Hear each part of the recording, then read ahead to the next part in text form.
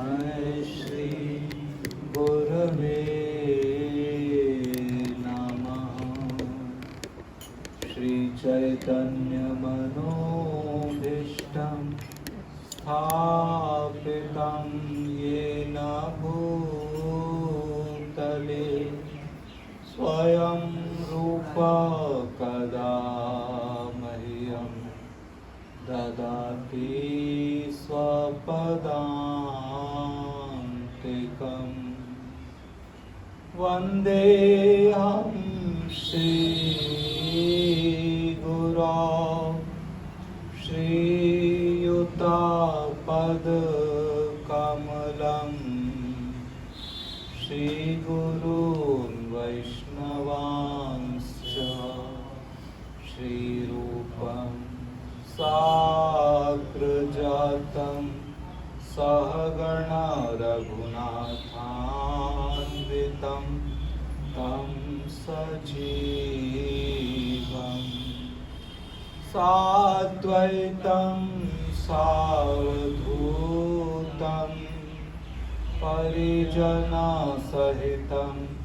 कृष्णचैतन्यदेवं श्रीराधा कृष्णपादान् सहगणा ललिता श्रीविशाखान्वितांश्च।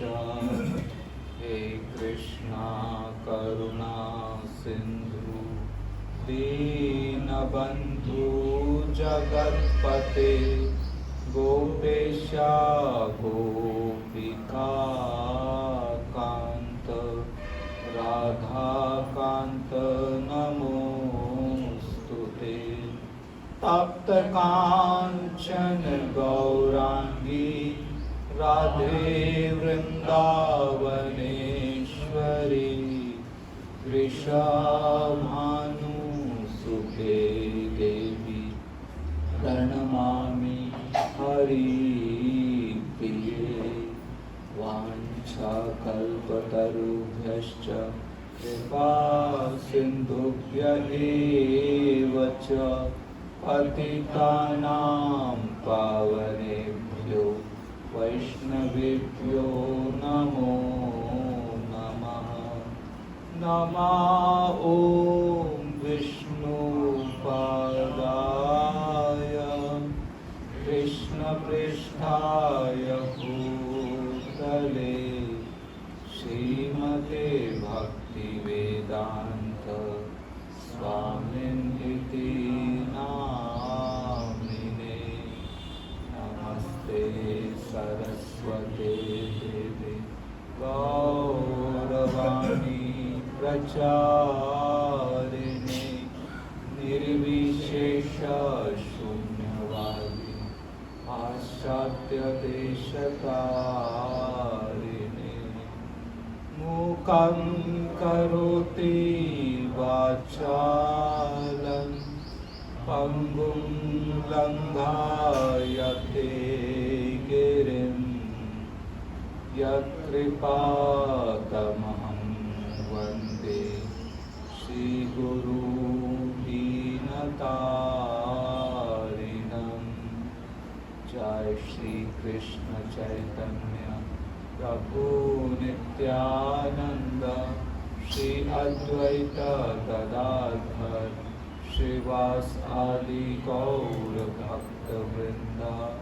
हरे कृष्णा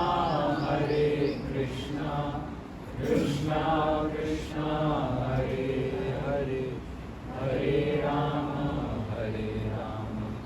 राम राम हरे हरे। हरे कृष्णा।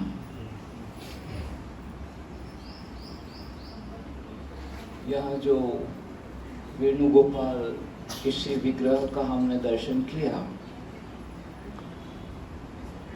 ये विग्रह यहाँ पर द्वापर युग से सभी को अपना दर्शन प्रदान कर रहे हैं। द्वापर युग में भगवान श्री कृष्ण अपने वास्तविक स्वरूप में गोलोक धाम से इस पृथ्वी पर मथुरा, वृंदावन व द्वारिका में अपनी लीलाएं दर्शाने के लिए अवतरित हुए। तो जब भगवान इस पृथ्वी पर अपनी लीला करने के लिए आते हैं तो भगवान के आगमन के पहले उनके कुछ पार्षद आते हैं और भगवान के आगमन के पश्चात भी बहुत सारे उनके पार्षद आते हैं। नंद महाराज, माता यशोदा, वे सब भगवान के आविर्भाव के, भगवान के जन्म के पहले इस पृथ्वी पर प्रकट हुए।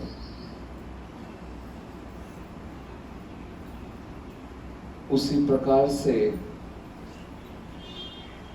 कुछ भगवान के अन्य पार्षद होते हैं जो भगवान के जन्म के पश्चात इस पृथ्वी पर आते हैं। श्रीमती राधिका भगवान के जन्म के पश्चात इस पृथ्वी पर आई हैं। भगवान के कुछ अन्य सखा, बालमित्र, वे सब भगवान के आविर्भाव के पश्चात आए हैं। तो ये सब भगवान की लीला में अपने अपने जो लीला का भाग होता है उसको अर्पित करने के लिए अपने अपने समय से आते हैं। तो जब इस प्रकार से पृथ्वी पर माता पृथ्वी व ब्रह्मा जी व अन्य सारे देवतागण भगवान के प्रकट होने के लिए प्रार्थना कर रहे थे, तब भगवान ने अलग अलग अपने पार्षदों को भेजने का निश्चय किया और भगवान की इच्छा से भगवान के पैरों में जो पायल है उसे भी भगवान इस पृथ्वी पर भेजना चाहते थे, जिसके द्वारा भगवान की कृपा इस पृथ्वी पर वितरित हो सके। भगवान के धाम में सब कुछ व्यक्तित्व होता है और सब कुछ भगवान की सेवा के लिए होता है। तो भगवान की पायल का भी व्यक्तित्व है, भगवान की वेणु का भी व्यक्तित्व है। भगवान जो भी धारण करते हैं, भगवान की वस्त्रों का भी व्यक्तित्व है। तो भगवान ने अपनी पायल को इस पृथ्वी पर भेजने का निश्चय किया, जिसके द्वारा वे अपनी कृपा का वितरण इस संसार के बद्ध जीवों को कर सके। तो एक दिन गोलोक धाम में जब भगवान श्री कृष्ण और श्रीमती राधिका अपनी नृत्य लीला में खोए हुए थे, उस समय भगवान श्री कृष्ण जब श्रीमती राधिका की प्रसन्नता के लिए नृत्य कर रहे थे, तो नृत्य करते करते उनके पैरों की पायल एकाएक पैरों से निकल गई और सीधे आकर पृथ्वी पर यहाँ पर वह गिरी। तो वह पायल गोलोक धाम से यहाँ पर पृथ्वी पर मौदगल्य महर्षि के रूप में उसका जन्म हुआ। तो मौदगल्य ऋषि क्योंकि सदैव भगवान के सानिध्य में रहते हैं गोलोक धाम में पायल के रूप में, अब यहाँ पर वे भगवान के विरह में बहुत अधिक भगवान का स्मरण कर रहे थे और ऐसे अपने विरह भाव में भगवान का स्मरण करते हुए उन्होंने यहाँ पर मिट्टी से भगवान की प्रतिमा बनाई और भगवान पर ध्यान करते हुए भगवान का सानिध्य प्राप्त करने के लिए वे बहुत प्रार्थना करने लगे, तप करने लगे। उनकी प्रार्थना व तप से प्रसन्न होकर भगवान उनके समक्ष वेणुगोपाल विग्रह के रूप में प्रकट हुए, जिनका दर्शन हमने अभी किया। तो द्वापर युग में यह लीला हुई थी। मौद्गल्य ऋषि के विरह भाव में प्रार्थना और तप के प्रभाव से भगवान उनको अपना दर्शन देने के लिए प्रकट हुए हैं, और तब से भगवान यहाँ पर उपस्थित हैं। मौद्गल्य महर्षि ने यहाँ पर विग्रहों का दर्शन प्राप्त कर उनकी पूजा अर्चना की। भगवान ने मौद्गल्य महर्षि को कहा कि जिस रूप में आप मेरे साथ गोलोक धाम में मेरी सेवा में मग्न थे, उनसे मैं अभिन्न हूँ, लेकिन यहाँ पर पृथ्वी पर अब आपकी सेवा भिन्न होगी। गोलोक धाम में तो आप पायल के रूप में मुझे आप नृत्य करने में सहायक बनते थे, लेकिन यहाँ पर आप मेरे शिव विग्रहों की पूजा अर्चना कर, शिव विग्रहों की पूजा अर्चना की महिमा क्या होती है, इसका आप यहाँ इस संसार के बद्ध जीवों को उस महिमा का वितरण कीजिए और उन सभी को मेरे शिव विग्रहों की पूजा अर्चना करने के लिए प्रेरणा प्रदान कीजिए। तो इस प्रकार से मौद्गल्य महर्षि यहाँ पर वेणुगोपाल शिव विग्रहों की बहुत प्रेम व भक्ति भाव से सेवा किया करते थे। और हालांकि भगवान मथुरा, वृंदावन व द्वारिका में अपनी लीलाएं कर रहे थे, और वे अपने स्वयं रूप में इस क्षेत्र में आकर उस प्रकार से कोई लीला नहीं की है, लेकिन शिव विग्रहों के रूप में आकर भगवान ने यहाँ पर इस लीला को दर्शाया है। तो जब भगवान द्वारिका में थे तो उस समय भी भगवान ने रुक्मिणी देवी के अनुरोध पर अपना शिव विग्रह, जो कि उडुपी कृष्ण कहलाता है, वहां रुक्मिणी देवी को प्रदान किया था। तो भगवान और उनके विग्रहों में कोई भेद नहीं है, और भक्तगण, शुद्ध भक्तगण इन विग्रहों की ठीक उसी रूप में पूजा अर्चना करते हैं जैसे साक्षात भगवान ही उपस्थित है, कोई भेद नहीं होता है। तो भगवान अपने भक्तों के साथ प्रेम का आदान प्रदान करते हैं, और ये श्री विग्रह वेणुगोपाल उसी प्रेम को दर्शाते हुए आज भी यहाँ पर उपस्थित हैं। तो इस प्रकार से मौद्गल्य ऋषि वेणुगोपाल की सेवा कर रहे थे, और उन्हें जब से वेणुगोपाल विग्रह उनको प्राप्त हुए तब से वह जो विरह भाव था, वह विरह भाव उनको सताता नहीं था। कभी भी उनको ऐसा नहीं लगा कि भगवान तो द्वारिका में है, भगवान तो वृंदावन में है, मैं यहाँ पर हूँ, ऐसा नहीं। ये वेणुगोपाल विग्रह भगवान की उपस्थिति से अभिन्न है, और मौद्गल्य ऋषि इस प्रकार से भगवान की सेवा करते हुए पूर्णतया संतुष्ट थे। मौद्गल्य ऋषि की ऐसी सेवा से प्रसन्न होकर अंत में जब भगवान ने द्वापर युग में द्वारिका में अपनी लीला समाप्त की, और वे सारे द्वारिका वासियों को अपने साथ भगवत धाम ले गए, उस समय मौद्गल्य ऋषि तो यहाँ पर थे, श्री वेणुगोपाल की सेवा कर रहे थे। तो भगवत धाम से भगवान श्री कृष्ण ने नारद मुनि को यहाँ भेजा और कहा कि मेरे सारे पार्षद तो वापस लौट आए, मेरा इस पृथ्वी पर आविर्भाव हुआ, और जो भी पार्षद गण मुझसे पहले आए थे, मुझसे बाद आए थे, सबके सब लौट आए हैं, लेकिन मौद्गल्य ऋषि मेरी सेवा में इतने प्रसन्न हैं कि वो अब तक वापस नहीं लौटे हैं, जाओ उनको वापस बुला लाओ।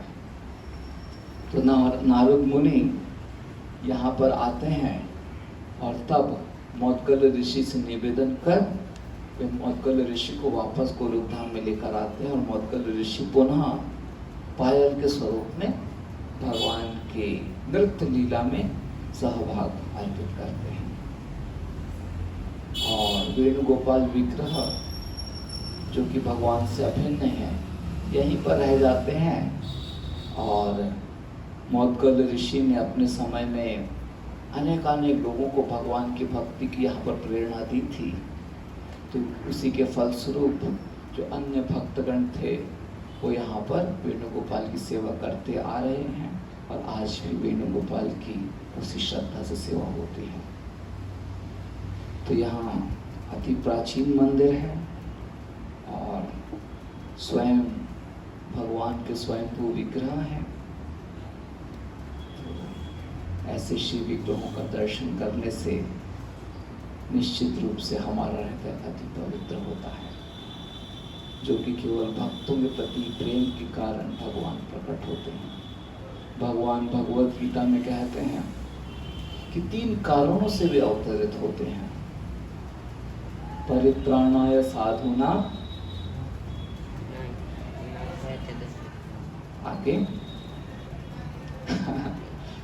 आपका प्रशिक्षण अच्छा नहीं हो रहा है। आपकी माँ आपको अच्छा प्रशिक्षण नहीं दे रही है। परित्राणाय साधुना, आगे बोलो, अभी तो बोला था। विनाशाय दुष्कृताम, आगे धर्म संस्थापनार्थाय संभवामि युगे युगे। ठीक है, अगली बार आओगे यात्रा में तो श्लोक याद होने चाहिए, तभी एंट्री है, नहीं तो नहीं आपको। तो भगवान कह रहे हैं भगवत गीता में कि साधुओं की रक्षा के लिए, अर्थात भक्तों की रक्षा के लिए, और जो दुष्ट सदस्य उनके विनाश के लिए, वो धर्म की स्थापना के लिए आते हैं। तो इसमें पहला कारण सबसे प्रमुख है, भक्तों की रक्षा के लिए। भक्तों के जीवन में जो दुख है, पीड़ा है, उससे उनको मुक्त करने के लिए, भक्तों के प्रति प्रेम का आदान प्रदान करने के लिए भगवान आते हैं।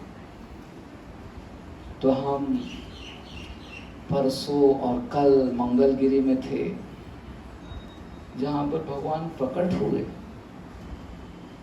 अपने भक्त प्रहलाद की पीड़ा को दूर करने के लिए, प्रहलाद से प्रेम का आदान प्रदान करने के लिए।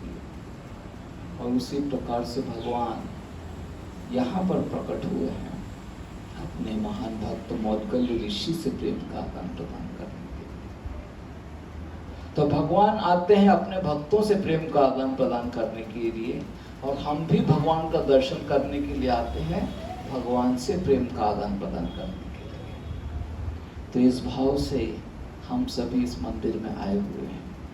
हालांकि ये मंदिर तो बहुत साधारण प्रतीत होता है, हमारे मन में कोई मंदिर बहुत विशिष्ट है, विशेष है, तो बहुत भीड़ होनी चाहिए, है ना। दर्शन करने के लिए 3-4 घंटे लगने चाहिए, तब लगता है कि मंदिर बहुत विशिष्ट है। ऐसे आसानी से दर्शन हो गए और मंदिर खुला है, दर्शन हो गए, तो हमको लगता है कि कुछ विशिष्ट नहीं है। ये हमारे मन की बहुत बड़ी बद्धता है।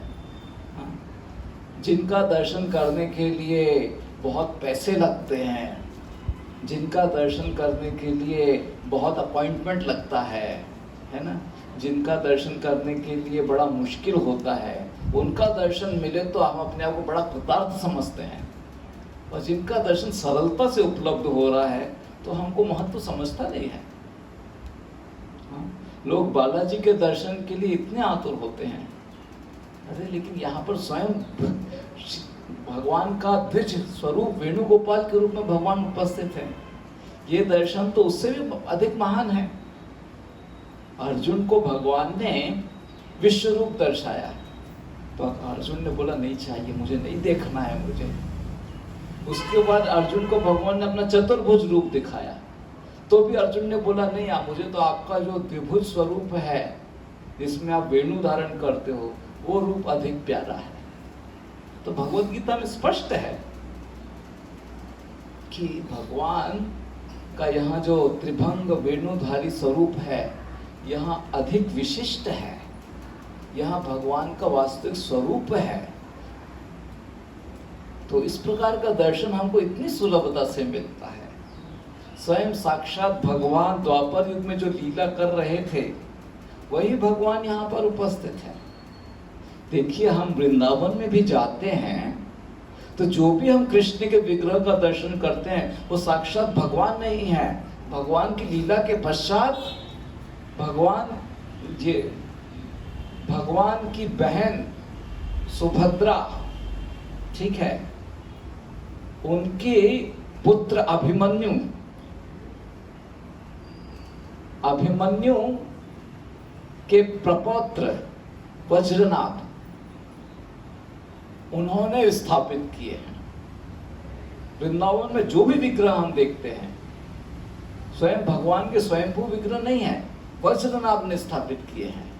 एक भी विग्रह नहीं है। हालांकि बहुत श्रद्धा से उनकी भी पूजा आराधना होती है। जैसे आप नाथद्वारा में जाओ तो श्रीनाथ जी का दर्शन करने के लिए कितना लोग सुबह 4:30 बजे से आतुर होते हैं, कितनी भीड़ होती है। आप जयपुर में जाओ श्री राधा गोविंद के दर्शन के लिए सुबह 4:30 बजे से हजारों की संख्या में लोग होते हैं। लेकिन ये सब विग्रह वज्रनाभ ने स्थापित किए हैं। द्वापर युग में जब भगवान अपनी लीला कर रहे थे उस लीला के आधार पर एक भी विग्रह नहीं है, केवल एक ही विग्रह है जो कि भगवान ने अपना रूप रुक्मिणी देवी को दिया था और वो उडुपी कृष्ण के रूप में विद्यमान है, जिनका दर्शन करने के लिए भी हजारों लाखों लोग आते हैं। तो उसी प्रकार से ये विग्रह भी स्वयं भगवान ही है। वो जो श्री विग्रह उडुपी कृष्ण वो भी तो भगवान ने अंकित किया है। भगवान ने स्वयं शालिग्राम शिला में अपने विग्रह को बनाकर रुक्मिणी देवी को सौंपा है, लेकिन ये भगवान स्वयं ही उपस्थित हैं। ये विग्रह बनाए नहीं गए, स्वयं भगवान है यहाँ पर विग्रह के रूप में उपस्थित। मौदगल्य ऋषि को अपना दर्शन देने के लिए आए थे, तो इनका दर्शन हमें इतनी सुलभता से हो गया। अर्थात ऐसा मत सोचो कि ये जो श्री विग्रह है या ये जो श्री मंदिर है यहाँ कम महत्वपूर्ण है। बहुत विशिष्ट है जो आज हम दर्शन कर रहे हैं। मैंने बताया किस प्रकार से विशिष्ट है। ये एक भी श्री विग्रह नहीं है द्वापर युग से भगवान का जो कि भगवान से अभिन्न है, ठीक है। अवश्य उडुपी कृष्ण है और अन्य विग्रह भी भगवान से अभिन्न माने जाते हैं, लेकिन वो वज्रनाभ ने स्थापित किया, भगवान ने अंकित किया, लेकिन ये तो स्वयं भगवान ही उपस्थित हुए हैं यहाँ पर। तो इस प्रकार से स्वीकार करना चाहिए इस मंदिर की विशिष्टता, ये विग्रह की विशिष्टता। तो हालांकि हम बहुत दूर से बस यात्रा करते हुए आए और ऐसा लगता है कि हम कहाँ आ गए, किस गांव में आ गए कुछ, लेकिन वास्तव में बहुत ही विशेष दर्शन हम सभी कर रहे हैं यहाँ पर श्री वेणुगोपाल के रूप में जो कि भगवान से अभिन्न है। और हम सभी यहाँ पर श्री वेणुगोपाल से यही प्रार्थना करते हैं कि मौदगल्य ऋषि तो इतने महान थे कि उनको आप अपना दर्शन देने के लिए, उनके साथ लीला का आदान प्रदान करने के लिए आप यहाँ पर उपस्थित हुए हैं। हम में उस प्रकार के हृदय की कोई पवित्रता नहीं है जो मौदगल्य ऋषि के हृदय में थी, लेकिन आपका यहाँ पर दर्शन प्राप्त कर हम सभी उसी हृदय की पवित्रता को अपने हृदय में चाहते हैं जिसके द्वारा हम सभी गोलोक धाम में आपके सेवकों के सेवक बनकर सेवा में हम सभी अपने आप को समर्पित कर सकें। इस प्रकार की प्रार्थना हम सभी यहाँ पर श्री वेणुगोपाल के विग्रह को अर्पित कर सकते हैं। श्री वेणुगोपाल जी की जय। हरे कृष्णा। तो आए हैं तो हम सुबह हम कनक दुर्गा के मंदिर में गए थे, तो उनकी भी कथा मैं करना चाहता हूँ। वैसे इस समय 12:20 हो रहे हैं, हमको वापस पहुँचने में भी 1.5 घंटा लगेगा, तो मैं 10 मिनट कुछ कहता हूँ। 10 मिनट में कथा पूरी नहीं होगी, मुझे मालूम है, लेकिन मैं आरंभ करता हूँ और फिर उसके बाद हम लोग बस में बैठकर वापस निवास स्थान जाएंगे, ताकि दोपहर का प्रसाद हम समय से ले सकें। और उसके पश्चात हम करीब 4 बजे आगे का कार्यक्रम करेंगे और कनक दुर्गा की ये जो कथा है वो पूरी मैं आपको सुनाऊंगा। बहुत महत्वपूर्ण कथा है और सुंदर दर्शन भी हुआ, बहुत प्रसाद भी मिला हमको आज। इतना श्रद्धा से हमारा उस मंदिर में स्वागत होगा इसकी कल्पना मुझको नहीं थी। हमने वहाँ पर मंगल आरती भी किया। हाँ, कनक दुर्गा माता तो बहुत प्रसन्न हो गई होगी आज। इतने सारे वैष्णवगण आए और सुंदर कीर्तन किया। कौन कीर्तन करता है वहाँ पर दुर्गा माता की प्रसन्नता के लिए? भगवान का हरि नाम कीर्तन हो गया तो दुर्गा माता को तो बहुत खुशी हुई होगी आज। तो निश्चित रूप से हजारों लाखों लोग वहां पर आते हैं दर्शन करने के लिए। बहुत लंबी कतार होती है, लेकिन आज कोई वहां पर कीर्तन नहीं करता है इस प्रकार से अब। लेकिन आज हम सब ने हरिनाम संकीर्तन किया, साथ ही वैष्णव गीत भी गाया जिसमें दुर्गा माता की महिमा का वर्णन है। निश्चित रूप से दुर्गा माता इससे बहुत प्रसन्न हुई है और हम सबको दुर्गा माता का आशीर्वाद भी मिला है। बल्कि इस प्रकार जो सुंदर दर्शन हुआ, इतना देर बैठने को मिला, वही दुर्गा माता का विशेष आशीर्वाद है। उनके प्रांगण में हमको रहने को मिला इतनी देर तक, बहुत अच्छा रहा। तो कनक दुर्गा मैया की कथा, वैसे बीच में यहाँ पर श्री वेणुगोपाल के विग्रह हैं, यहाँ पर श्री गोदा देवी और उधर राज लक्ष्मी देवी, उनके विग्रह हैं। ठीक है, तो आपके समक्ष में अब श्रीमती कनक दुर्गा, उनकी महिमा के बारे में वर्णन करता हूँ। कनक दुर्गा, कनक अर्थात स्वर्णमयी दुर्गा, कनक दुर्गा अर्थात स्वर्णमयी दुर्गा। ठीक है, तो ये एक पर्वत पर आसीन है। हम सभी तो लिफ्ट से चले गए तो लगा नहीं कि पर्वत पे गए हैं। सामान्यतः लोग सीढ़ियां चढ़ के जाते हैं, तो सीढ़ियां चढ़ के जाओ तब लगता है कि पर्वत के ऊपर चढ़ रहे हैं। तो वो पर्वत का नाम है इंद्र केलाद्री। इस पर्वत का नाम इंद्र केलाद्री कैसे पड़ा, उसकी भी कथा है, जहां से मैं इसको आरंभ करता हूं। कील नाम का एक यक्ष रहा करता था, जिसकी अपार श्रद्धा माता दुर्गा के प्रति थी और वह माता दुर्गा को प्रसन्न करने के लिए बहुत अधिक तप कर रहा था। तो ये सारे देवी देवतागण भगवान द्वारा ही नियुक्त किए गए हैं और जब इनकी आराधना करते हुए कोई तप करता है, उनको प्रसन्न करने की चेष्टा करता है, तो वे कर्तव्यबद्ध होते हैं अपने श्रद्धालु भक्तों के प्रति आदान प्रदान कर उनको उनका इच्छित आशीष प्रदान करने के लिए। तो माता दुर्गा कील यक्ष से प्रसन्न होकर प्रकट हुई। तो कील माता दुर्गा की उपस्थिति पाकर बहुत प्रसन्न हुआ और उनके समक्ष निवेदन किया कि हे माता, मेरी इच्छा यही है कि आप सदैव मेरे हृदय में निवास कीजिए। यही एकमात्र मेरी इच्छा है और कोई मेरी भौतिक इच्छा नहीं है। तो माता दुर्गा भी बहुत खुश हुई कील यक्ष की ऐसी भावना को जानकर। तो कहा, माता दुर्गा बहुत प्रसन्नता से मुस्कुराते हुए यक्ष को आशीष प्रदान करती है कि हे पुत्र, जरूर मैं आपकी इस इच्छा को पूर्ण करूंगी और जिस रूप में इस समय आप मेरा दर्शन कर रहे हो उसी रूप में मैं आपके हृदय में निवास करूंगी। तो कनक दुर्गा का हमने बहुत सुंदर मुस्कुराता हुआ दर्शन किया। तो माता दुर्गा बहुत खुश हुई थी, क्योंकि अन्य सारे लोग दुर्गा मैया की सेवा करते हैं, तब करते हैं, लेकिन सब भौतिक वर्त ही मांगते हैं, लेकिन कील यक्ष ने वैसा कुछ नहीं मांगा। तो माता दुर्गा बहुत खुश हो गई और मुस्कुराते हुए कहा कि इसी रूप में मैं आपके साथ आपके हृदय में निवास करूंगी, लेकिन अभी नहीं।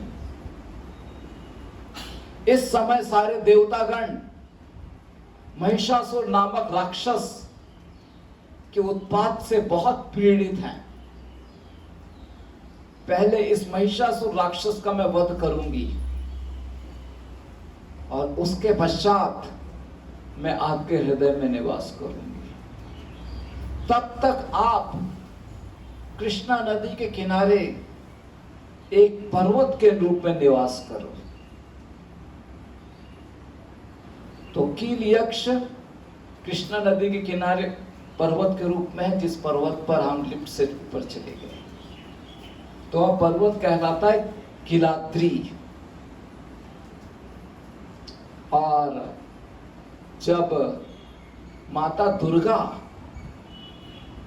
उस पर्वत पर प्रकट हुई तो इंद्र आदि अन्य सारे देवतागण वहां पर माता दुर्गा का दर्शन करने के लिए आए। क्यों दर्शन करने के लिए, उसकी कथा मैं सुनाता हूं। लेकिन इंद्र आदि अन्य सारे देवता माता दुर्गा का वहां पर दर्शन करने के लिए आए, माता दुर्गा की प्रार्थना की, उनकी आरती उतारी।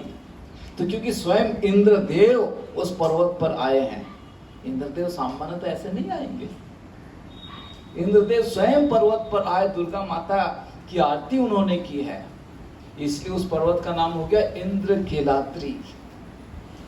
तो जिस पर्वत पर हम सभी गए थे वो पर्वत का नाम है इंद्रकीलाद्री, और उस पर्वत पर माता दुर्गा विराजमान है, इसलिए उस जो दुर्गा मैया है वो इंद्रकीलाद्री कनक दुर्गा के रूप में जानी जाती है। कनक दुर्गा अर्थात स्वर्णमयी दुर्गा, उनका स्वरूप स्वर्णमयी है। ठीक है, तो इस प्रकार से यहाँ इंद्रकीलाद्री कनक दुर्गा का मंदिर हमने दर्शन किया था आज प्रातः। तो माता दुर्गा ने वचन दिया था कील यक्ष को कि मुझे महिषासुर नामक राक्षस का वध करना है और उसके पश्चात मैं आपके हृदय में निवास करूंगी। तो क्योंकि माता दुर्गा ने महिषासुर नामक राक्षस का वध किया, इसलिए माता दुर्गा महिषासुर मर्दिनी भी कहलाती है। तो यही वे दुर्गा माता हैं जिनका आज हमने दर्शन किया, जो महिषासुर मर्दिनी है। माता दुर्गा के बहुत सारे मंदिर हैं, लोग वैष्णो देवी के दर्शन करने के लिए जाते हैं कितना ऊपर, लेकिन महिषासुर मर्दिनी जिनके नाम से माता दुर्गा बहुत प्रसिद्ध है, जिनकी पूजा आराधना खूब होती है भारत में, वो महिषासुर मर्दिनी यहाँ पर है, जिनका दर्शन आज सुबह हमने किया है। तो महिषासुर का वध करने के लिए माता दुर्गा को उपस्थित होना पड़ा। इतने सारे असुर होते, मैंने आपको नामूची की कथा सुनाई, तो स्वयं भगवान नरसिंह देव प्रकट हुए नामूची का वध करने के लिए। ठीक है, या फिर हिरण्यकशिपु का वध करने के लिए स्वयं भगवान नरसिंहदेव प्रकट हुए हैं, या फिर मैं सोमकासुर के बारे में बोल रहा था कल, तो स्वयं भगवान नरसिंहदेव प्रकट हो रहे हैं अलग अलग रूप में। सोमकासुर का वध करने के लिए भगवान मत्स्यावतार के रूप में आ गए, ठीक है। नामुची का वध करने के लिए भगवान वानका नरसिंहदेव के रूप में आ गए। तो ऐसे भगवान प्रकट हो रहे हैं। लेकिन महिषासुर का वध करने के लिए माता दुर्गा को उपस्थित होना पड़ा, इसकी क्या विशिष्टता है? तो महिष, मराठी में महिष अर्थात क्या होता है? क्या होता है? भैंस, भैंस ना। कभी शब्द आता ही नहीं हमारी मराठी भाषा में, तो हम भूल भी गए शब्द को है ना। तो मराठी में भैंस अर्थात महिष। तो एक भैंस था और महिषासुर इस भैंस का पुत्र था, जिसकी बहुत ही आसुरी प्रवृत्ति थी। तो क्योंकि भैंस का पुत्र है और आसुरी प्रवृत्ति का, इसलिए इसका नाम हो गया महिषासुर। और भैंस का रूप भी था इसका, लेकिन क्योंकि बहुत अधिक आसुरी प्रवृत्ति थी और बहुत सारी यौगिक शक्ति धारण किया हुआ था, इसलिए अलग अलग रूप बदल देता था। तो यह महिषासुर है। और बहुत उसने भी तप किया, बहुत यौगिक शक्ति प्राप्त की, जिसके द्वारा वह पूरी सृष्टि पर विजय प्राप्त कर सके। और उसको सृष्टि पर विजय प्राप्त करने का बड़ा अभिमान था। हमेशा वह विचार किया करता था कि कैसे मैं देवलोक पर विजय प्राप्त करूं और इंद्र के सिंहासन को मैं स्वयं धारण करूं, कैसे उस प्रकार की शक्ति मैं अपने अंदर धारण करूं। यही उसका विचार दिन रात रहा करता था कि कैसे मैं सारे देवताओं से अधिक शक्तिशाली हो जाऊं। और ऐसे अपने विचार के आधार पर महिषासुर ने भी कठोर तप किया। महिषासुर हजारों हजारों वर्ष तक उसने कुछ खाया नहीं, कुछ पिया नहीं, और ब्रह्मा जी को प्रकट करने के लिए उसने मजबूर कर दिया। एक पैर पर खड़े होकर महिषासुर ब्रह्मा जी की आराधना कर रहा था।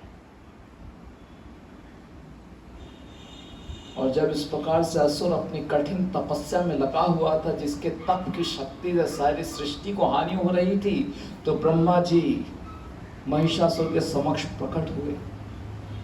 और ब्रह्मा जी की उपस्थिति पाकर महिषासुर ने अपनी आंखें खोली और ब्रह्मा जी से वर मांगा कि मुझे केवल आपसे एक ही वर चाहिए कि आप मुझे अमर बना दीजिए। अब ब्रह्मा जी तो इस वर को, इस निवेदन को बार बार सुनकर थक चुके थे। हिरण्यकशिपु ने यही वर मांगा, नामुची ने भी यही वर मांगा, महिषासुर भी यही वर मांगता है।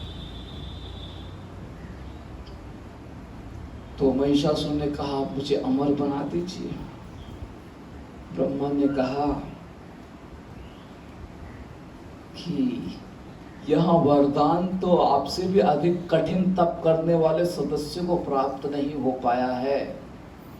स्वयं मैं अमर नहीं हूं, तो मैं कैसे आपको यह वरदान दूं? आप कुछ और मुझसे मांग लीजिए। आपकी तपस्या का जो फल है वो नष्ट नहीं होगा, जरूर आपको फल मिलेगा। आप कुछ और वर मुझसे मांग लीजिए।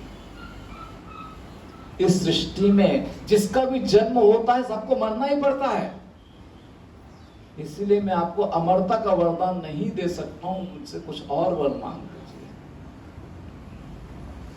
महिषासुर किसी और विकल्प के लिए तैयार नहीं थे, तो विचार करने लगे कि क्या किया जाए।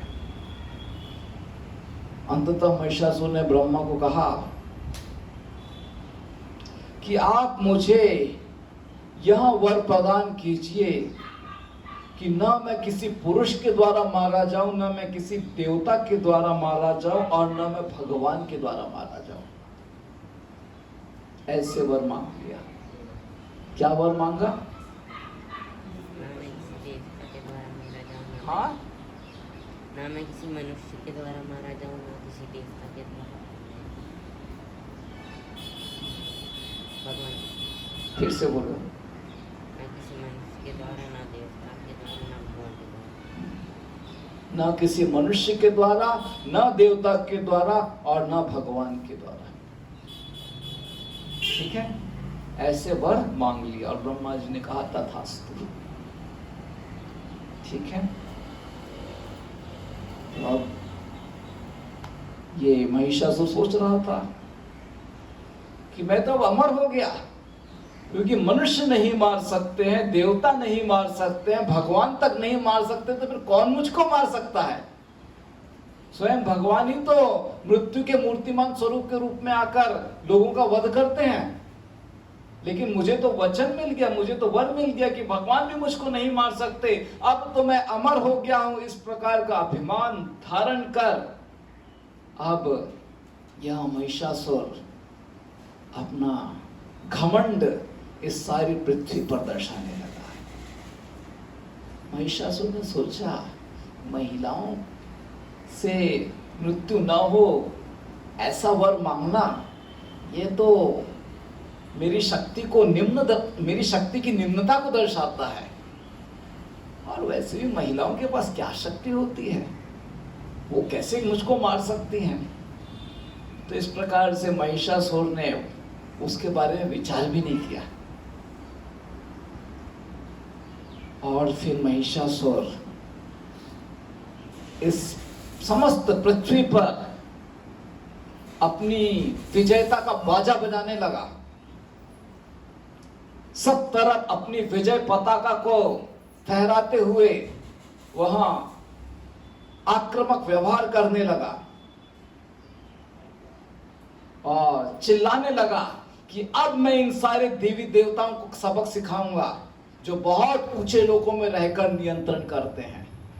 अभी सब तरफ नियंत्रण मेरा होगा, क्योंकि कोई भी मेरे शरीर का एक बाल भी बांका नहीं कर सकता है। और इस प्रकार से बहुत गर्व से फूलता हुआ महिषासुर सब तरफ अपना उत्पात मचाने लगा। उसने अपनी असुरों की एक बहुत बड़ी सेना बनाई और उस सेना को बनाकर सारी पृथ्वी पर उसने आक्रामक व्यवहार दर्शाया। जो भी सारे लोग थे, सारे मंदिर उसने बंद करवा दिए, सारे यज्ञ पर बंद करवा दिए, सारे ऋषि मुनियों को अपने समक्ष झुकने के लिए बाध्य किया उसने। और इस प्रकार से सब तरफ उत्पात मचाता हुआ वहां अपना पराक्रम दर्शाने लगा। और जो भी महिषासुर के समक्ष नहीं झुकता था, महिषासुर उनके जो भी सारी संपत्ति थी उनको छीन लेता था, उनके घरों को तोड़ देता था और अंततः उनको मार डालता था। इस प्रकार से महिषासुर अत्यंत क्रूर था और अपनी क्रूरता सर्वत्र पृथ्वी पर फैला रहा था। और इस कारण सारे पृथ्वी के निवासी दूर दूर भागने लगे, घबराने लगे, गुफाओं में छिपने लगे। और महिषासुर के ऐसे क्रूरता का समाचार तीनों लोकों में फैलने लगा कि महिषासुर तो इतना शक्तिशाली हो गया, ये कोई उसको जीत नहीं सकता है। इस प्रकार से सारी पृथ्वी पर महिषासुर विजय प्राप्त कर अब उसने देवताओं को चुनौती दी। उसने अपने सारे असुर मित्रों को बुलाया और कहा कि मेरे पास ब्रह्मा जी का वर है, ना कोई मनुष्य, ना देवता, ना भगवान मुझको हानि पहुंचा सकते हैं। अतः अब हमें देवलोक पर विजय प्राप्त करनी चाहिए। कल सुबह हम सभी देवलोक की राजधानी अमरावती पर आक्रमण करेंगे। और सारे असुरगण तैयार थे और ये समाचार देवलोक तक फैल गया। सारे देवतागण महिषासुर के आक्रमण के पहले ही देवलोक से भागने लगे और वे सभी भागते भागते भगवान का संरक्षण प्राप्त करने के लिए सबसे पहले ब्रह्मा जी के पास गए। महिषासुर जो कि एक भैंस के रूप में है और ब्रह्मा जी से विशिष्ट वरदान उसे प्राप्त है जिसको कोई नहीं जीत सकता है, अपनी इतनी बड़ी असुर की सेना लेकर वहां देवलोक पर आक्रमण करने के लिए आ रहा है। हे ब्रह्मदेव, आपका ही वर प्राप्त करके वहां इतना अधिक शक्तिशाली हो गया है, कृपया आप कुछ मार्ग बताइए जिससे महिषासुर से हम संरक्षण प्राप्त कर सके।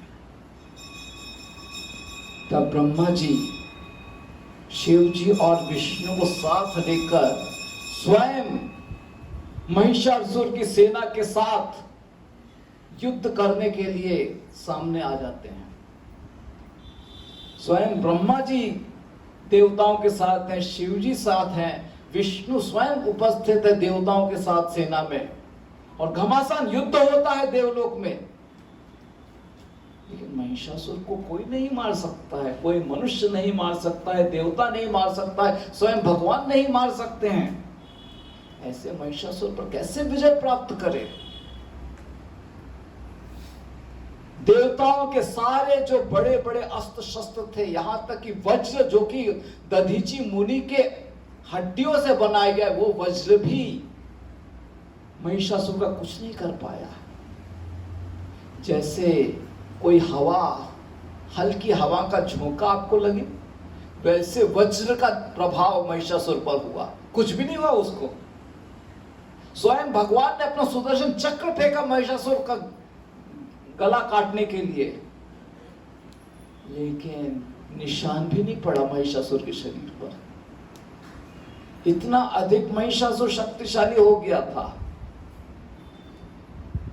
तो ऐसी अवस्था में महिषासुर ने देवलोक पर विजय प्राप्त कर लिया। सारे देवतागण, शिव जी, नारायण, सबको पीछे हटना पड़ा। तो आगे क्या होता है इसका वर्णन मैं अगले प्रसंग में सुनाऊंगा कि कैसे अंततः महिषासुर का वध हुआ। तो हम अब यहीं पर विराम देते हैं और हम बस में बैठकर वापस जाते हैं। ठीक है, अभी आपको कथा सुनना अच्छा लग रहा होगा, लेकिन बाद में भूख सताएगी तो आप ही लोग मुझको डांटोगे। बस में कर सकते हैं? नहीं, बस में नहीं कर सकते, मुश्किल होता है, बहुत आवाज़ होती है। तो सौभाग्य हमको आरती भी प्राप्त हो रही है, आप लोग आरती लीजिए, भगवान से प्रार्थना कीजिए कि हम सभी भगवान का आशीर्वाद प्राप्त करके उनके धाम पहुँचे जैसे मौदगल्य ऋषि पहुँचे हैं। और इस प्रकार से हमारा यहाँ पर ये जो यात्रा हुई दर्शन बहुत ही सफल हुआ है। हरे कृष्ण।